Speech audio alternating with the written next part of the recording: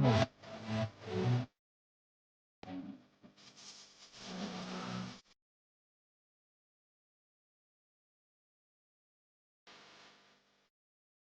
people, here we are, back of the net podcast. Aston Villa versus Arsenal review. You can tell by the smile on my face, it wasn't a bad result at all. Listen, before I get into it, as I say, like, subscribe, share, comment, do what you got to do. You know what I mean? Help me out here, people. But listen, let people know about the podcast. For those that you still supporting or been supporting since the start, I appreciate you. But let's get some more people on board, man. You love the content, share it around, share the love, man. It's bank holiday weekend, yeah? Spread the joy. But listen, 2-0 Arsenal, tricky game. When the fixture list came out, we looked and we thought, boy, this could be one where Arsenal could slip up early. Some tricky games for Arsenal, opening 5, 6 games, but got the victory. It'd be silly of me to sit here and say that we completely played them off the park and stuff like that. But yes, they showed football's all about moments. I said that last week as well, where you don't take your chances, you end up getting punished. Aston Villa, or before Aston Villa even had the Watkins chance, Saka had the chance. Martinez, great save. Watkins should have scored. I think he tried to give Raya the eyes, but yeah, kind of missed it. It kind of wasn't a natural finish as well. You kind of get what I mean, right footed. You kind of do the Henri R2 finish, but yeah, he tried to cut in the inside, but he scuffed that. Um, and you thought that was going to be the best chance that he shouldn't have missed before Arsenal punished him. But listen, the second chance when Onana hits it, deflects of Gabriel, hits the crossbar, you thought that was in. Thought that was in, but great save by Raya. So for him to get up as quick as he did, fantastic save. Thing is, though, I do think Watkins, he was just headed directly at, not at him, but like towards him. Because had it been just a bit lower, in straight away, or a bit to the side, in. But take nothing away from the great save. Most keepers, that happens, and it's kind of give up on it. But yeah, it's a fantastic save. And from there, obviously, Arsenal went on and scored. Trossard with the opener. Listen, this guy's cold. I keep saying he's Arsenal's version of Diego Jota. Like, phenomenal. He's probably, would you say he's the best finisher at Arsenal? Better than Saka? He's up there. Definitely up there. So I'll definitely have Trossard up there as one of the best finishers. But yeah, fantastic finish. And you can see in his celebration, he's probably frustrated. He's probably watched that Bolivian winger stink it up. You know what I mean? I shouldn't be rude, but like that. But honestly, Martinelli, you're really pissing me off, man. I need more from you. I've got a friend who's a staunch supporter of Martinelli, yeah, and I want to defend him, but yeah, I'm not sure. I'll give you a bit more time. But listen, Trossard's doing it. And the finish showed that, yeah, as I said, it's frustrating the celebration, but he got the goal that set us on our way. And then even for the second goal, he's run to then pass across to Saka before Partey scored. Like, he was important. Great substitution by Mikel Arteta there. And Arteta's got a decision to make now. Like, do you take Martinelli out the starting 11 now and just start Trossard? Because Trossard rarely lets Arsenal down. Like, honestly, I dread to think where would be in certain games without him. Like, genuinely, like, quality player. And one of Arsenal's best signings in a long time. So yeah, I thought that was good. Obviously, we went 2 up. I think defensively we were good. We did get overrun in midfield though, and that I'm not going to deny. Rodgers was fantastic. Some quarters they called him man of the match, but they probably gave Raya due to the save and keeping a clean sheet. But yeah, Rodgers was majestic in there. Ooh, they come off wrong. Bossed it. There was a part where he left Rice, man. I said, "Off, gosh."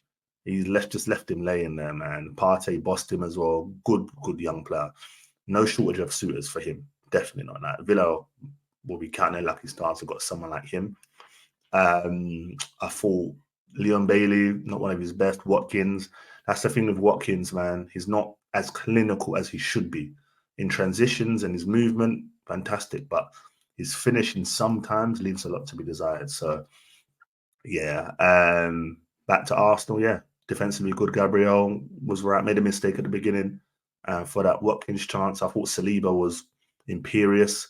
You know what? I'm not even going to blabber on about Saliba because people already know what I think about him.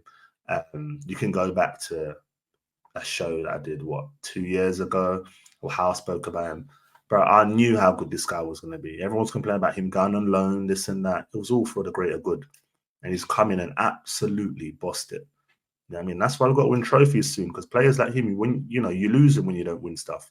Now, Real Madrid is the natural next move for him. So we need to pick up and make sure we win some trophies, to fulfill their ambitions at our club.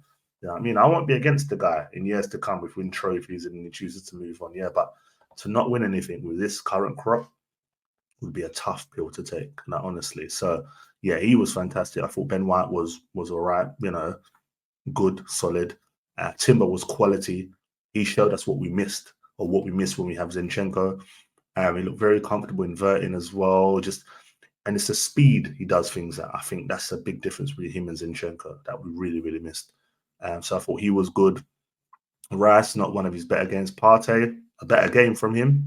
You know what I mean? Got high standards of Partey, but he looked better in this one. And big up Goonali, by the way. He did say that, when you've got Partey playing well like that in a game, more often than not the team do well. And he's right. He was right. So big him up on that.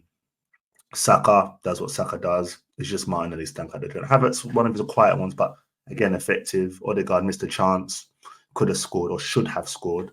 But all in all, 3 points, all that matters. I said Villa Park under the floodlights because I got PTSD from losing them evening games there, and people are on to me. But you know what I mean? Like playing Villa in that kickoff, the 5:30 kickoff, it's never easy. It's like Palace away, St James's Park away. Them games are tough. And to come out of 3 points is massive and can do a lot for the mentality. Brighton at home next, so hopefully we can build on that and then make that 9 points. But all in all, good win. Calafiori came on. I thought he looked good in the little 10 minutes he had as well.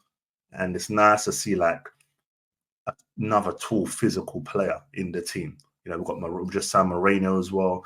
So things are looking good. But I'm just thinking, 1 week left. What are you surprising me with? Are you going to do Arsenal? Are you going to do it? Are you going to show some cojones, as Troy Deeney would say, and make that signing that just goes from, oh, you're about here to, there we go, you're gone. You know what I mean? Nico Williams the same, but he just got you got the 10 jersey, high wages. Does he really leave? I don't know. I think Barca somehow try and pull it off, but yeah, I still feel like we need an X factor play up front, whether that's a striker or a winger. Something is needed up there. We can't depend on Gabby Jesus. You know what I mean? You can show me that picture of him painting the streets at 17, whatever. Yeah, as much as you want. That make me feel sorry for him because the guy we depend on you as a striker. And you talk about the goals. What was it again? About something about not scoring goals. You guys will remember the exact quote. And I was like, bruv, you're up top for us. You know what I mean? Like, score some goals. Stop wasting chances. But yeah, I think his style of play, the way he's all robust, always in the tackle, these injuries are going to happen with him. And I think, yeah, it's getting to the point where I think Arsenal probably thinking there's 2-3 players now where it's like, we can't depend on you.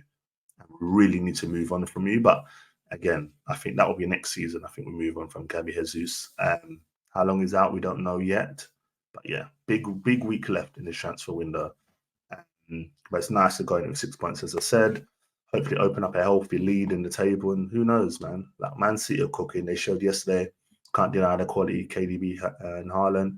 So let's see. All to play for, man. All to play for. But it's just nice to win. You go into the bank holiday weekend. I don't know what you guys have got planned. But I'll be out there. If you see me, it's not me. Yeah, if you see me, it's not me. But yeah, great victory for Arsenal. And I just thought I'd come wrap it up quickly, touch up on the game. Yeah, and for the Arsenal fans, wanting to hear what I've got to say on it. But yeah, I'm not silly going to sit here and be like, Villa couldn't have won, because they could have easily been 2-up and we'll be talking different right now. But it's all about taking your chances. And in this league, you get punished if you don't. Man United saw that yesterday as well. So all in all, good win. You move 3 points next game. Done. But yeah, guys, it's been a pleasure recording this as always. I'm going to wait till the last games are done and then I'll do a total review of all the games. But for now, it's been a pleasure recording this. I'll see you guys later in the week with my FPL talks as well. We're not going to talk about how my team did this week so far. But yeah, guys, I'll see you guys in a week. Enjoy your bank holiday wherever you are, or whatever celebration you decide, whether you're with family, whatever. I'll see you guys soon. Take care. Peace.